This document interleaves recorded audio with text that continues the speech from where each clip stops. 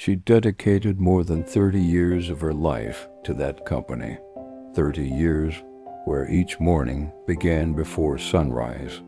While the city was still waking, she was already on her way, crossing the same streets, passing the same traffic lights, carrying with her a briefcase worn by time and the stories it held. To many, she was just another employee, but to her, that place was almost an extension of her own home. It was decades of laughter, of holiday parties, of financial hardships overcome. Together, of achievements celebrated as a team. She saw faces come and go. She saw young interns become leaders. She saw walls change color, logos modernize, computers replace typewriters. She watched time pass and held firm. But as in so many silent stories, the changes didn't just come with new technologies or new furniture. They also came with a new way of seeing. A look that once held gratitude and now held judgment. Little by little, jokes then increasingly cruel. First, she's too slow. That's old school stuff. I bet you don't even know how to use the new system. Words that weren't spoken in front of her, but echoed through the corridors, reaching her ears like small, invisible cuts. It wasn't just about chores. It was about who she was. For some, their age became synonymous with weakness, with limitation. What was once experience was now seen as backwardness. But she continued. She arrived early, performing each of her duties with the same dedication as always. She hid her trembling hands when she needed to type quickly. She saved her tears for the ride home. Sometimes he would glance at the table where he used to sit with old colleagues, now occupied by young people who barely knew his name. And yet she stayed. He stayed because he believed his worth was greater than any comment. He stayed because deep down there was still a spark of hope that things would change. She didn't know, but that change was closer than she imagined. Life has a curious way of putting the right people in the most unlikely moments. It could be a meeting in the hallway, an unexpected conversation, or the arrival of someone with a different outlook. And for Donna Helena, this arrival was about to happen. Within days, fate would put someone in her path, someone who would not only see her story, but make it shine again. And that would change everything. Donna Helena, 64, was known for her punctuality and dedication. Every day, before the sun even shone through the office windows, she was already there, with her uniform impeccable, her hair tied back, and a ready smile. She was always the first to arrive. She made coffee for everyone, organized tables, reviewed reports, and when anyone needed help, she was there. For many, Donna Helena was more than an employee. She was part of the history of that place. But time has a strange habit of changing not only things, but also people. The office, once familiar, began to welcome new faces full of energy and haste. People who typed quickly, spoke loudly, and seemed to always have a screen in front of their eyes. At first, she believed it would be a good exchange. She would share her experience, and they would bring new ideas. But little by little, she realized that wasn't quite the case. Glances lingered a second longer as she passed. Conversations changed subject suddenly. And then came the comments. At first, discreet almost as if they wanted her not to hear. She's too slow. That's old school stuff. Does she understand the new system? But the words, even spoken softly, found their way to her ears and cut deep. What was once pride in a job well done began to turn into shame. Before she sat upright, her chest open. Now she leaned over the table, almost wanting to disappear. Her routine, once light, became heavy. She avoided the cafeteria during peak hours. She preferred to eat alone in a corner, to avoid hearing any more. The hands that had once served coffee with joy now trembled as she held it. Still, she insisted on continuing. She arrived early, completed her tasks, and always responded politely to her colleagues. But inside, she carried the burden of no longer being seen as an essential part of that team. The most painful part wasn't the work, but the feeling of becoming invisible. It was as if, little by little, she was being pushed to the edges of the world she'd helped build. Worse than some days were. There were times when she thought about giving up, quitting her job, and leaving everything behind. But something inside her insisted on staying, maybe because of the memory of when she felt valued, maybe because of the hope that everything could change. What she didn't know is that this change was closer than she imagined. Sometimes all it takes is the arrival of a single person to turn a story upside down. And in a few days, someone new would walk through that door. Someone who would not only see what everyone else ignored, but who would have the courage to show the truth. And when that happened, nothing would be the same again. The teasing became routine. At first, they were small, a snide comment, a veiled joke. But over time, they gained confidence. They started moving her files around on purpose, just to see her desperately searching. They laughed openly when she made a simple mistake on the computer. And when they weren't laughing, they exchanged knowing looks as if to say, "See? I knew it." Little by little, Donna Helena stopped seeking company. She avoided conversations, group lunches, and even informal gatherings. The smile she had carried for decades was disappearing day after day. It was as if her light had dimmed. The days all seemed the same. Arrive early, work in silence, avoid attracting attention. She was no longer the woman who took pride in what she did. Now she was just surviving in that environment. Saddest thing of all, perhaps, is that no one seemed to notice. But everything changed one Monday morning. The mood in the office was different. There were whispers, speculation. A new manager had been hired to lead the department. Some were excited, others apprehensive.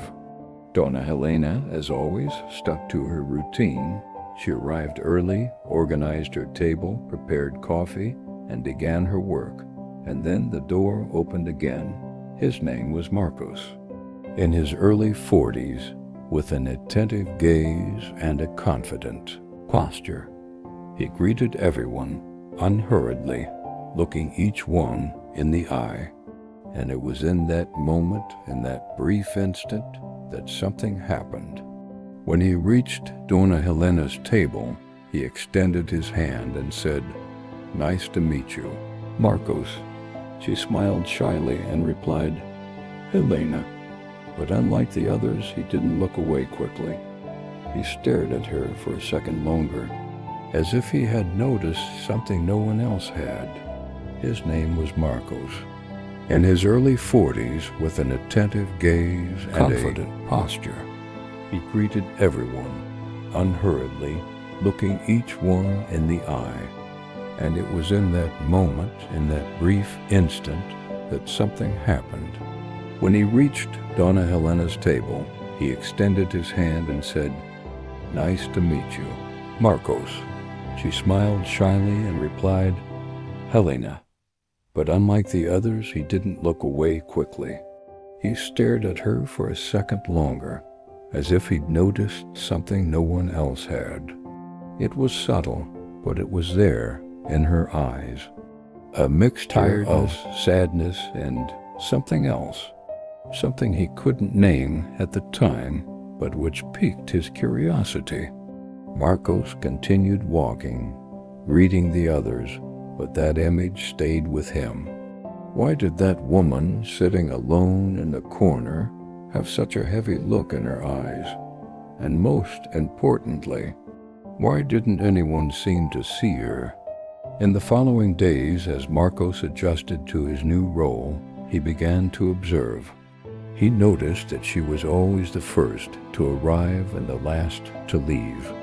That someone asked for help, she would get up immediately.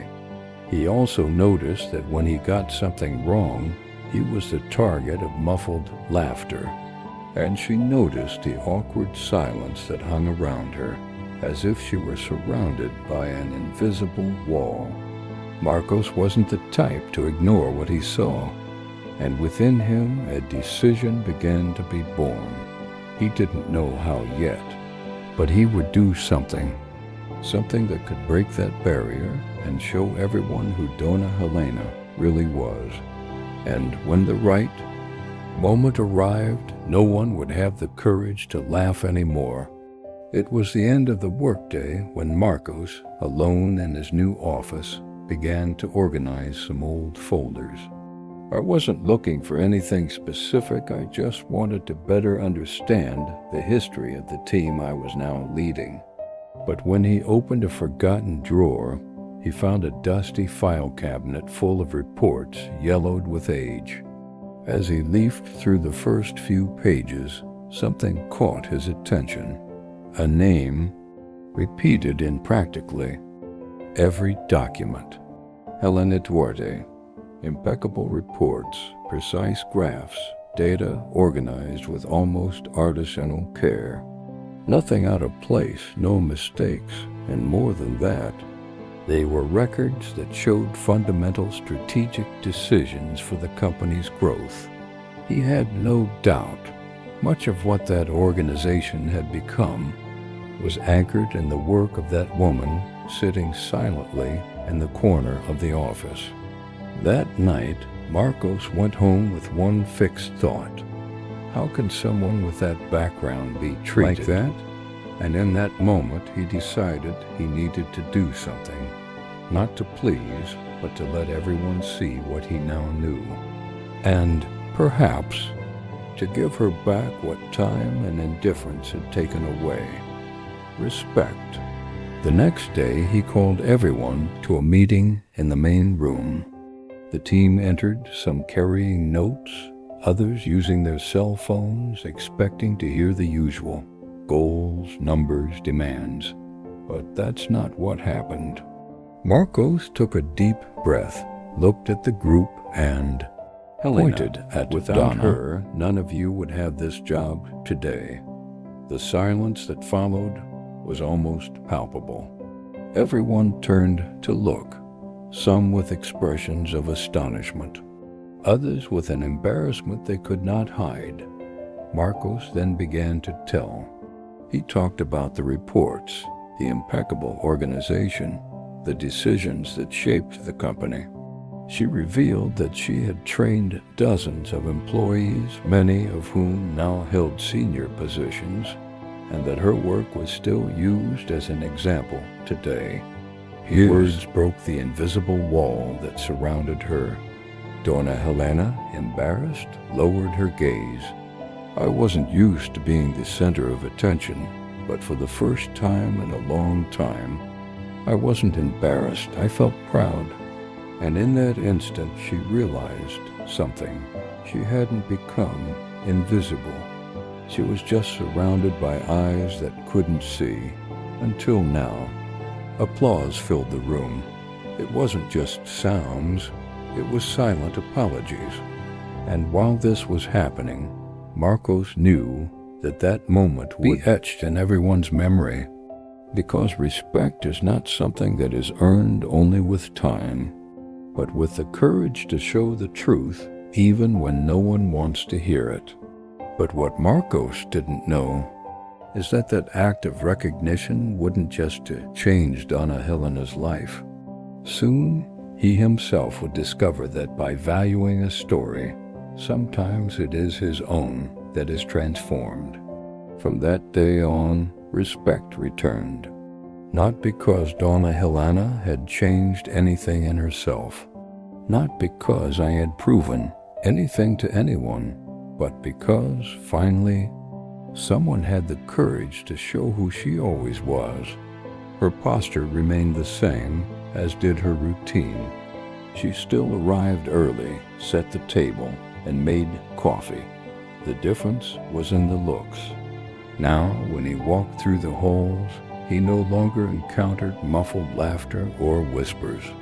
He encountered genuine smiles, greetings, and invitations to sit together at lunch.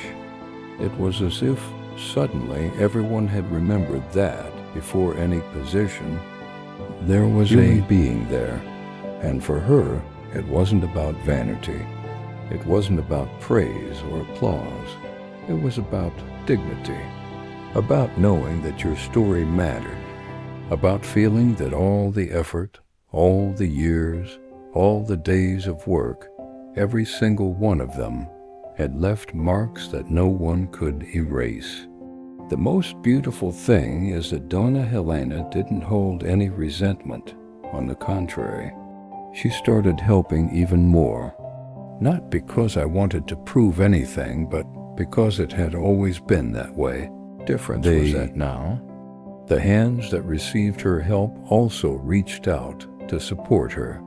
Maybe that's what the world is missing. Less judgment and more recognition, because experience doesn't get old. She improves herself. Each wrinkle could be a whole book. Every silence can carry a lesson.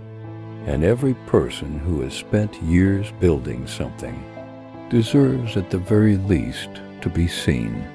It doesn't matter if it's at work, in the family, or in the neighborhood. Recognition costs nothing, and yet it has the power to transform everything. Marcos not only restored respect for Donna Helena, he also changed the culture of that place. He showed that leading is not about ordering, it's about seeing. And if you stop and think about it, maybe this is a choice we can all make at any time. See more, judge less.